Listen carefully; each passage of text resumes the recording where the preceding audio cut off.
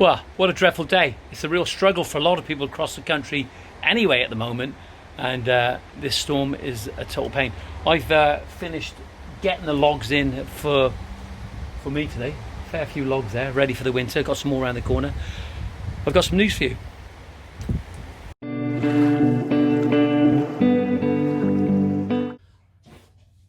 Well, thanks for joining me. Come back in the office now. Dreadful day today. Yeah, I've got some news, and the news is I'm in quarantine. I'm in isolation then, rather, for the next. Well, it's not. It's probably about another 11 days. It's supposed to be 14 days, but I'm in isolation anyway. I think I'm allowed to come back out on the 12th, and the reason being is that my son Kyle, who works with me, and he's tested positive for Covid-19. I spoke to him this morning. He's absolutely fine. He's doing okay. He's actually in isolation with his girlfriend because she had it and her dad had it. So it was a bit of a shock, to say the least. So as a result of Kyle, my son, catching it, what we've done is we went down. We phoned up the NHS and they suggested that we go and have a test. And the reasons being, we had symptoms, flu-like symptoms. We've had it for a little while now, and I'm feeling a lot better. But my daughter has a genetical heart problem, and my wife has an autoimmune problem. So it was so important that we got tested. So we went down to Rodney Parade in Newport, and this local test centre down by us, and we were tested. And within 24 hours, absolutely brilliant service, we were given the all clear. So that's good in itself. But there's a lot more to it, isn't there? You know, the fact is that Carl was living here with us. We could possibly develop it later, but there's nothing there at the moment. So hopefully we're going to be fine. And apparently what happens is that once you've had it, you get to a position. Let me just decline that now a moment. This is what happens. This is what happens when you're doing a video. I should have put it on flight mode, but it's all part of it, all part of the package.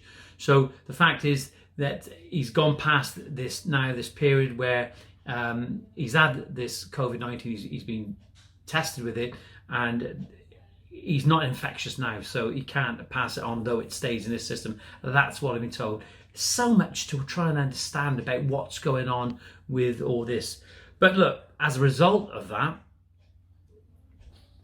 so what I was saying, as a result of that, what's happened is that we have to go into isolation. So we have to speak to some clients of ours and explain to them that obviously we've fallen behind. We always fall behind in this trade, especially this time of the year with the wet weather. It's inevitable that it's going to happen now. So this is a bit of a double whammer for me. But the good thing about what's happened is that I've had a rest. And I feel good. I feel a lot better now. It's the weekend.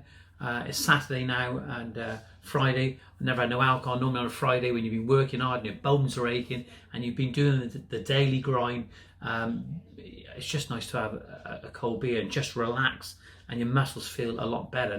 Not to have too many, because alcohol is a stimulant and it keeps you awake.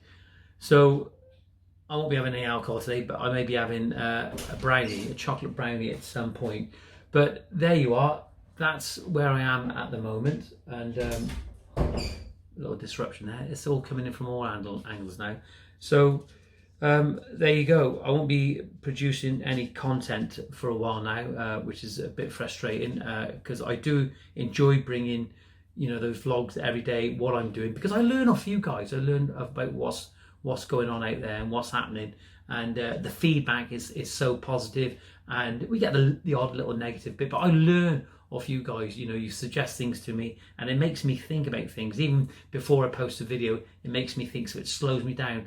All my life I've always been keen, I'm passionate, but I've always been in a bit of a rush, and when you're rushing, that's not good at all. It's not a good way to be. So here we are. That's where we are now, and we have to adapt. Okay, we have to adapt to the situation. And as far as I can see it across the country, if I'm being putting a positive spin on this, I think a lot of people are adapting to this quicker. And I'd like to think that it doesn't matter what government would be in power. You're damned if you do, you're damned if you don't. But certainly one thing about landscapers, they have to adapt to these situations very, very quickly. You know, you could be out and about, you could be working, things change rapidly, whether it's the weather, whether it's customers, whether it's deliveries, suppliers, etc., etc. So it's in our nature, okay, it's in our DNA to adapt, and it's good for us. It keeps us on our toes. So the good thing is that we are negative, so thank goodness for that. Alison and my daughter's safe, and my son's good at the moment, his girlfriend and his dad, and we can just keep moving forward now from that, one day at a time. But we still got this situation, and but I can't do nothing. It is what it is. You can't do nothing about it.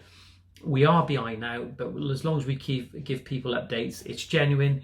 We've got the records and the documentation to say that we've been tested, and my son has gone through this. So there we are. That's the news. I'm sorry that I haven't been able to bring you any more content. I'll try and wrestle something up at some point, i.e. like this video here. But all I can say to you guys, have a great weekend. Stay in the dry. It's not a good place to be out there today. And be safe. See you soon. Take care.